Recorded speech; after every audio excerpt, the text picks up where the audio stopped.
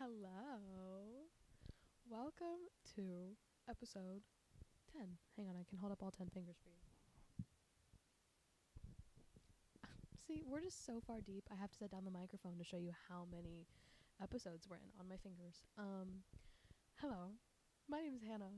I hope you're doing well. It is Tuesday as I'm filming this, but I hope your Friday is going well if you're watching this on Friday. I forgot to do my Swift Alert Mastermind. She just got on stage. I totally forgot. That's tragic. That's tragic.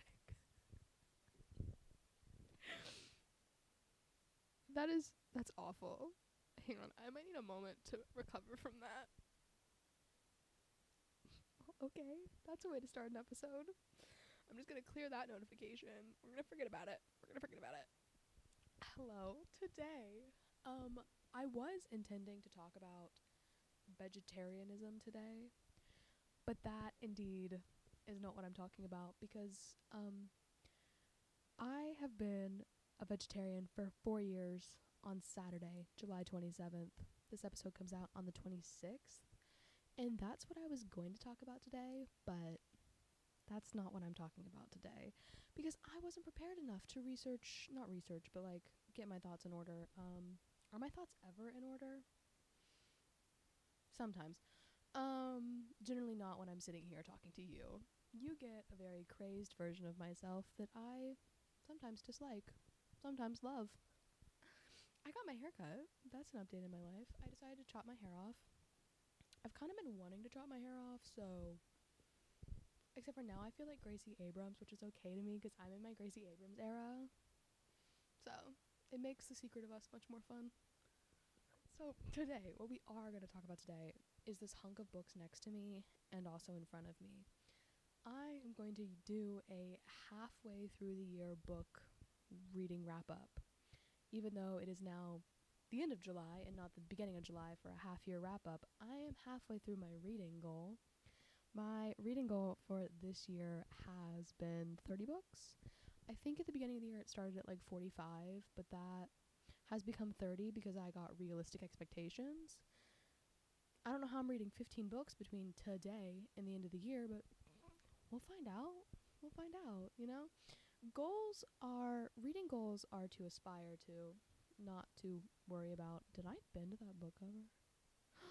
Did I? Oh my gosh. No, it's alright. Well, I already picked it up. This is Tangled Up in You by Christina Lauren. I think this is my next read. It's not my current read, but I think it's my next read. It's a Tangled retelling. And I've been looking forward to this all year. But the cover is not bent. It was just the angle I'm sitting at. But what we are going to get into is my Storygraph. I love Storygraph. It is basically like Goodreads, but better. I say that like I've spent a lot of time on Goodreads. I haven't. I've max spent a week on Goodreads. I don't even know what my Goodreads account is. Have never used it. But Storygraph specializes in pie charts. It puts your reading statistics into pie charts. Isn't that just epic? Oh, hello, come back to me. Thank you, camera. But yeah, I'm just gonna go through the books I've read. I have a few of them next to me that I can show you for visual cues. The rest I don't, my apologies. But it's 15 books. Oh my gosh, can you work with me, babe? Work with me. Why aren't you? Okay, we're just gonna go bottom to top instead of top to bottom. Okay, I started off this year very strong with Heartstopper Volume 5 by Elise Osman. I don't know. You know Heartstopper. We all know Heartstopper. We're all waiting for Heartstopper Season 3 to come out in October. Are you waiting? I'm waiting. I love it. It's so visually satisfying, the show. Like, the color palette is just amazing. And I love Kit Connor. Can't even lie. So, I read Heartstopper Volume 4. I gave it 4 stars. And I think my only thought was, like, give me the next one. Right now. Please. Give me Volume 6 right now. Please. It would also really help my reading count. The second book I read is Funny You Should Ask. I can be showing you these on my screen because I don't have the physical books. There we go. Load. There we go. Funny You Should Ask by Elise Sussman. I get 4.5, and it was a reread. The gist of this book, it's a romance, and the main character is a journalist who interviewed this actor. I forget his name. Anywho, I don't remember any other names. I've read the book twice. um, an actor who is about to be the first American James Bond. I know, dramatic. And they have this interview is supposed to be like a lunch, and instead she spends the whole weekend with this man, and it is like the groundbreaking, earth-shattering, article of the decade. And now it's 10 years later, and they want her to redo the interview, but she's afraid of him, and a lot has changed in her life, and then they fall in love. Bam. Do you like it? Have I pitched it? That's Funny You Should Ask by Elise Sussman. Moving on to book 3. I have book 3, the third book I read. This is A Not So Meet Cute by Megan Quinn. It wasn't cute. I don't recommend. In fact, I recommend you avoid this book. I would like to read you my review of this book. I gave it 3.75 stars. And my comment was, this guy was just a walking red flag, and I was cringing for most of the book. He's this, like, rich, brooding real estate bro who just sucks. Like, this whole book was, like, it wasn't, like, cute spicy. It was, like, I feel like I've been personally attacked. And, it was, it, like, wasn't cute. It was, like, grotesque and, like, cringy. I don't recommend, but a lot of people have recommended, so that's my 2 cents on that. Throw it on the ground. What's book 4? Let's see if I can count to 15 as I talk about books. It's truly the quest. Oh, book 4 was To All the Boys I've Loved Before by Jenny Han. And my 2 cents about this book is Jenny Han adaptations, like movie TV adaptations, are better than the books. I also just think it's because this book's from 2014. So, I gave it 4 stars, but it wasn't, the characters weren't the same. I believe that was my problem. Let's read my review.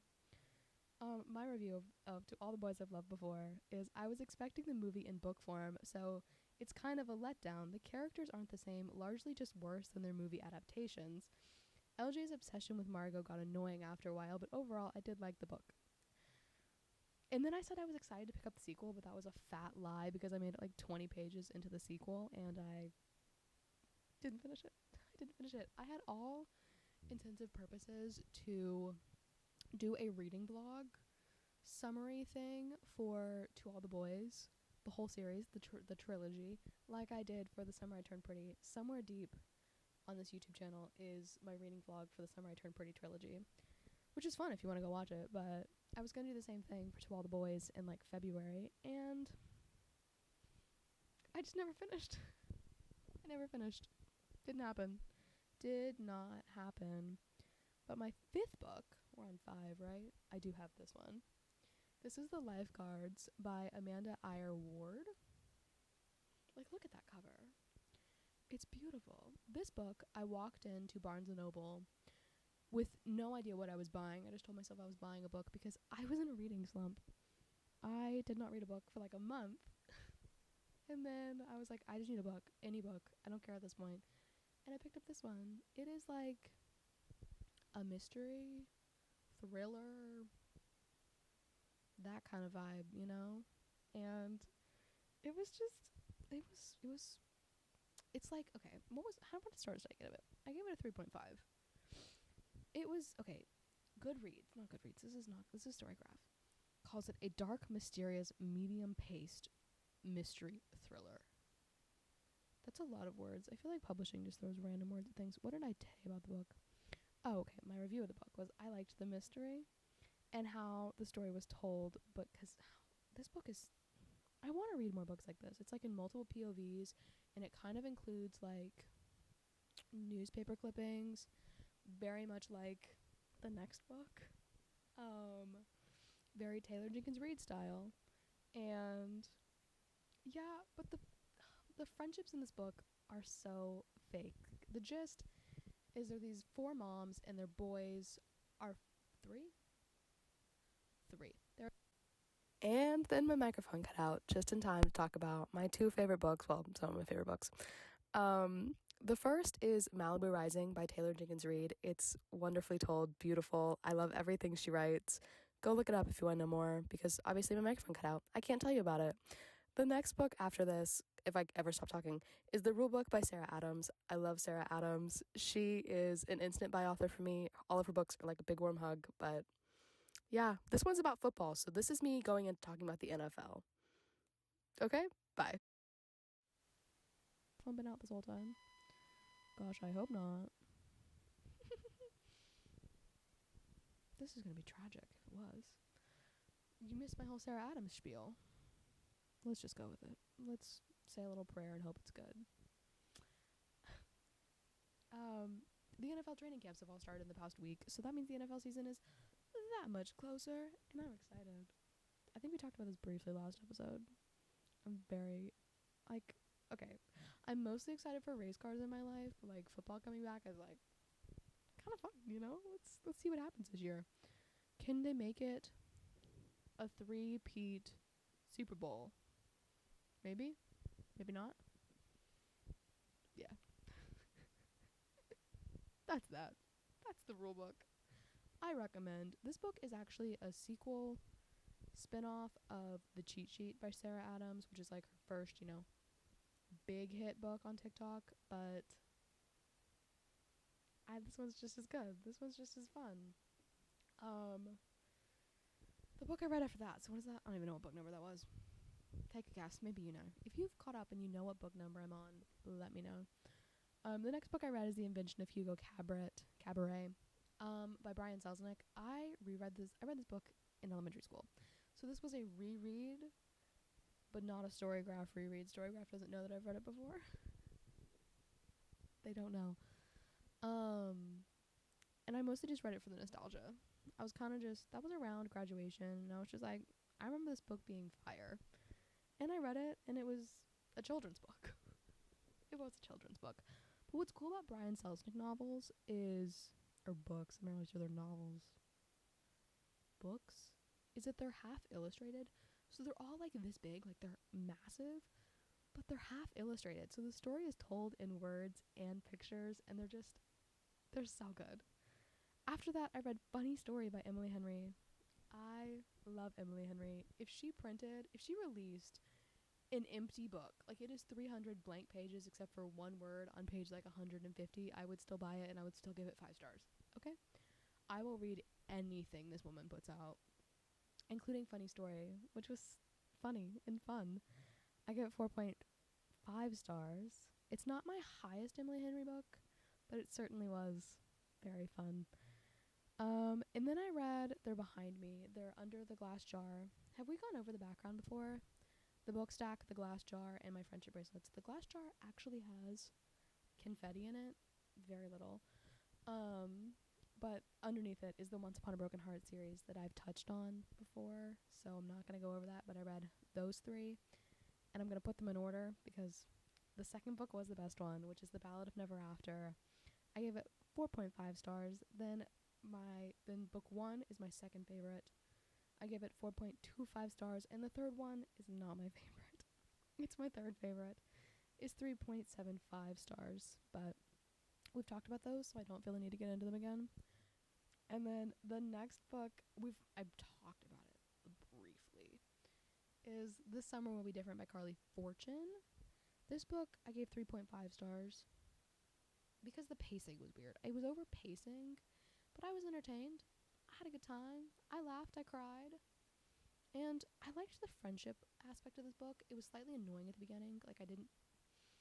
Bridget was driving me crazy, but it was fun.